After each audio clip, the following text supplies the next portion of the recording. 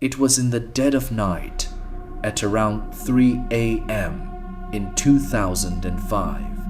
I was driving across a vast and humongous forest to my friend's house, which was an 8-hour drive from my house, and there was nothing in sight except for the roads that seemed to went on forever and the seemingly infinite trees.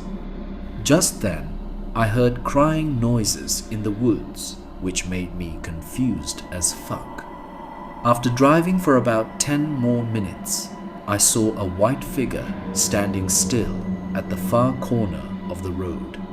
As my truck approached closer, I could make out the figure as a woman wearing a white vintage wedding dress that looked from the 1950s, and I was confused as to why a woman would just stand there alone in the middle of nowhere at night.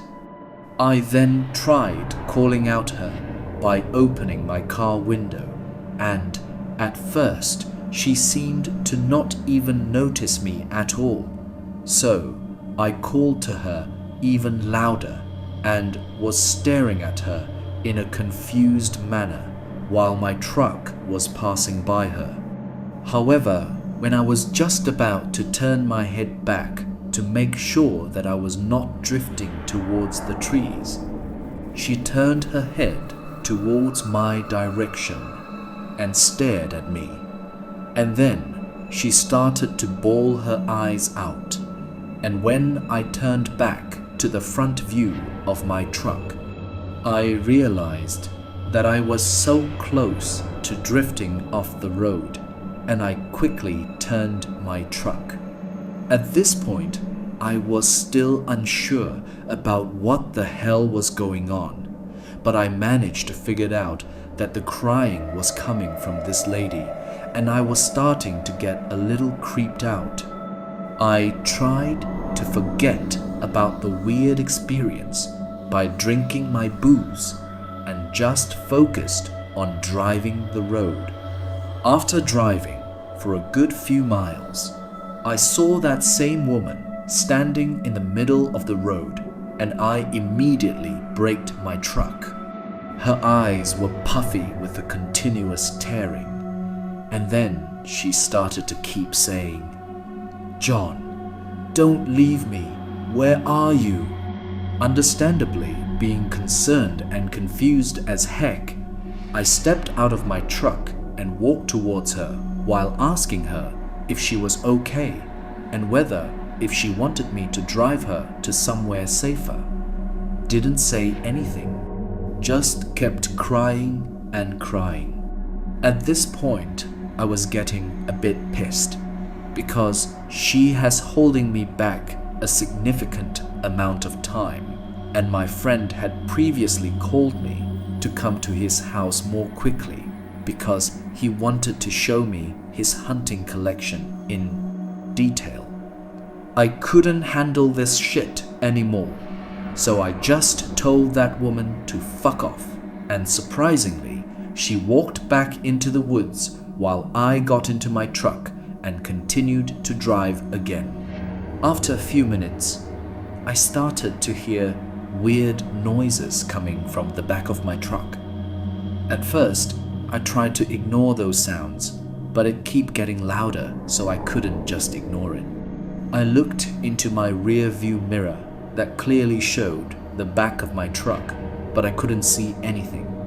I then continued to drive again, but I still kept hearing those noises, unable to tolerate it anymore. I stopped my car and decided to walk to the back of my truck to see what the fuck was going on, and was wondering how fucking weird the drive have been for the past few hours. Just then, I saw something that fucking scared the living shit out of me. Just to give you all some context, I'm a huge 6'5" man and had no real fear for my entire life at that point. It was that fucking woman again, and I told her, "What the fuck is your problem? And how the fuck have you been following me non-stop for the past few hours. She only stared at me dead in the eye and started to laugh manically. And the tears in her eyes and her face suddenly changed to blood, and her previously pristine wedding dress became very beat up and torn with bloodstains everywhere. She also had a huge stomach wound with exposed ribs, and she was missing one of her fucking eyes. I screamed in horror as I dashed back to my truck and drove it at full speed without looking back. Just then, a fucking truck driving from the opposite direction of mine appeared out of fucking nowhere and crashed into my truck. The impact was so great that I flung out of my truck and laid on the floor, severely bloodied and injured. I was then just about to lose conscious when I saw the lady smiled at me before vanishing into thin air, and then I fainted. I was then brought into the nearest hospital by a good Samaritan, and I was treated for a cracked skull, broken ribs and legs.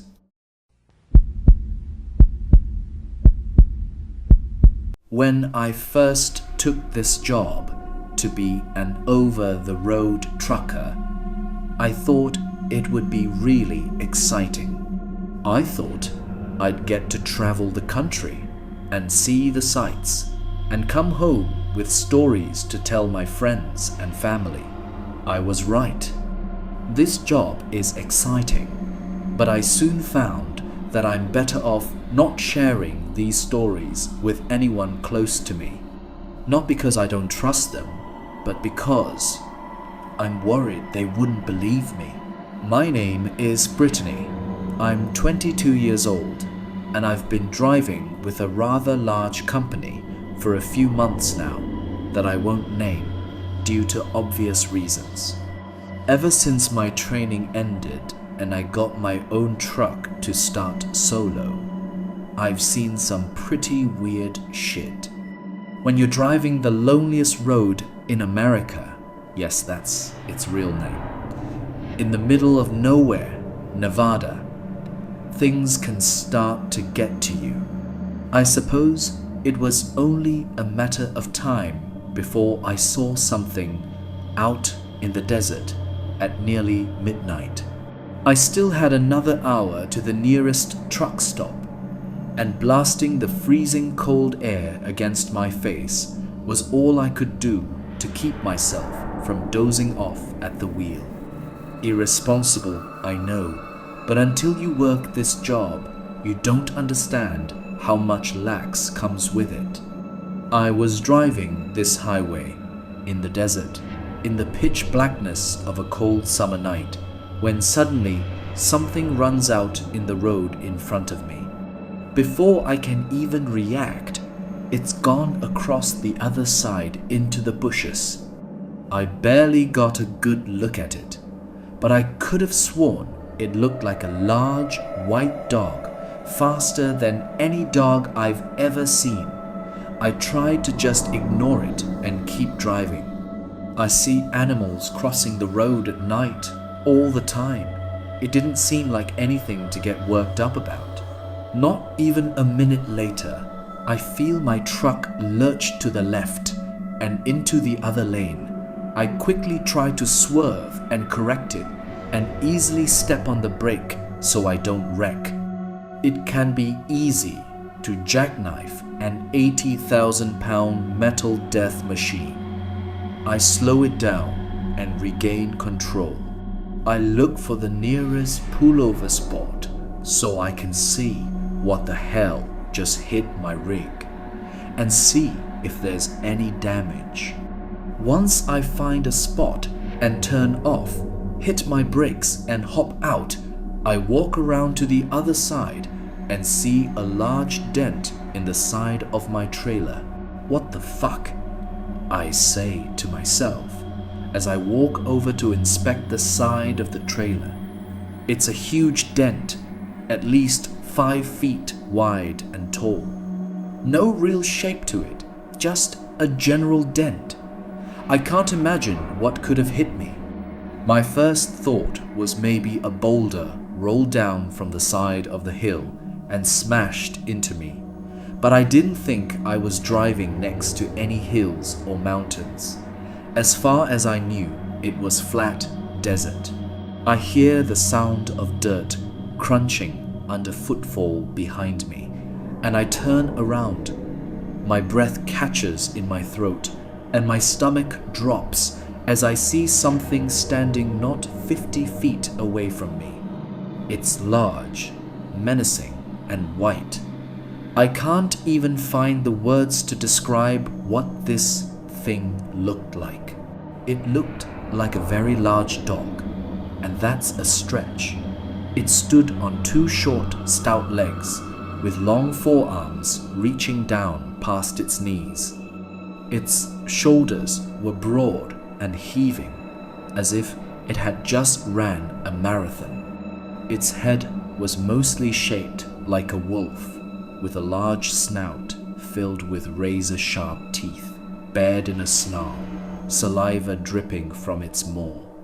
Its jet-black eyes bore right through me, filled with hatred and hunger. I couldn't move. I was frozen in place.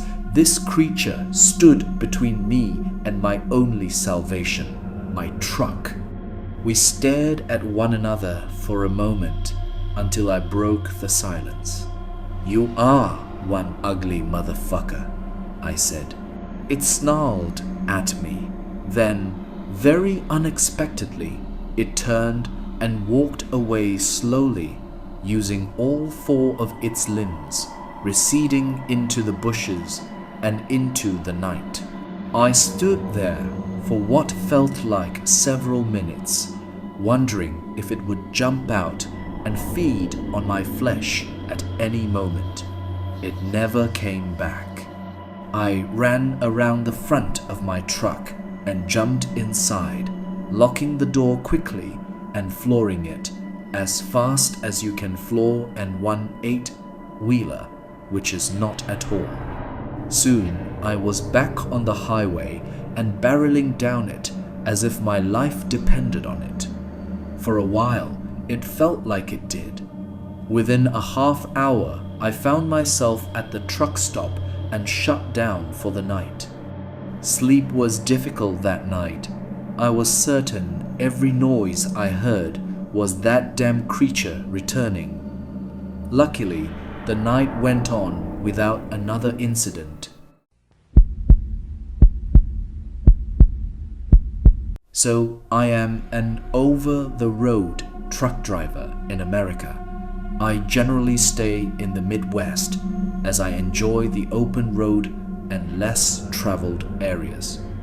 I tend to drive at night because the roads are a lot more empty and there tends to be less traffic, construction going on around that time. Around this particular night, I was in Kansas, making my way to Wyoming.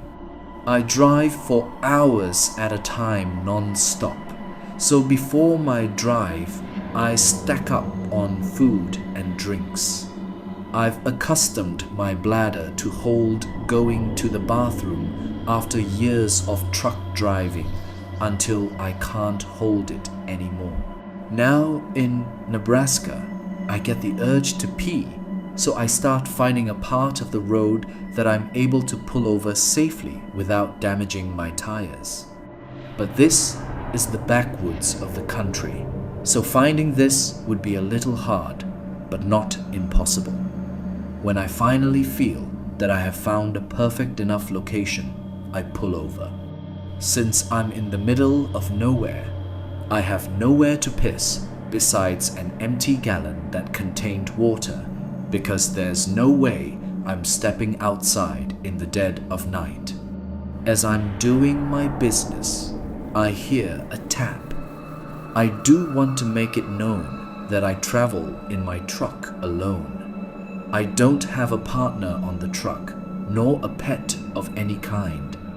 The truck radio is off, the windows are up, and all you can hear from my perspective is the hum of the truck running. I begin to look for the sound, which at first I thought was my mini fridge, because when it gets unplugged, the melted water from the freezer will leak out and start to make a patter noise on the floor. I checked, and it wasn't that, and in realizing this, I noticed the tap sounded more like a small rock hitting the side of the truck, the driver's side in particular. Within my truck, I start to look outside of the driver window, but don't find anything in particular, so I start to look out of all the windows. I don't see anything anywhere, so I start to think it could be the truck itself. I get back in the driver's seat to get out of the truck to look under the hood. As I'm about to step out, another small rock hits my door, and I look out into the side of the road where in the field stand these tall corn stalks. Keep in mind, corn stalks are tall as fuck. I mean, I'm standing on the top step of my truck and I can see right above them. And in looking out into the darkness, I see the top of someone's head. Just the top. Not even a forehead, just their hair, which was black. The average height of a cornstalk is 8 feet, so I don't know about you, but whoever that was had an advantage. I get back in the truck and lock the doors, put the window down a tad bit and yell, "Hey, you need help?" No answer. "Hey man, you good?" No answer. So I say, "Fuck it," and put the truck in gear and haul ass. I don't even look back, just try to get away from them and the area as fast as the truck will go after being at a standstill on the side of the road. I drive for hours until I reach Wyoming and pull over at a truck stop to get some sleep. Before heading to sleep, I go inside the truck stop to get some food. And as I'm coming back to my truck, I see marks on the back of the passenger side of the truck, as if someone had keyed my truck. I start angrily looking around to see who it could have been, but can't really come to a conclusion since most of the other drivers weren't in their front seat. Then I start looking around my entire cab and notice the marks are also on the back of the cab near the platform where the cab and trailer connect. I start remembering about the person I saw in the field and thought it was them, but I don't remember feeling anyone hop on back there, so I was left puzzled. Nothing else happened for the rest of the day, thankfully, so I'm not sure who that person was or what they wanted or what their intentions even were, and I'm glad I never ended up finding out.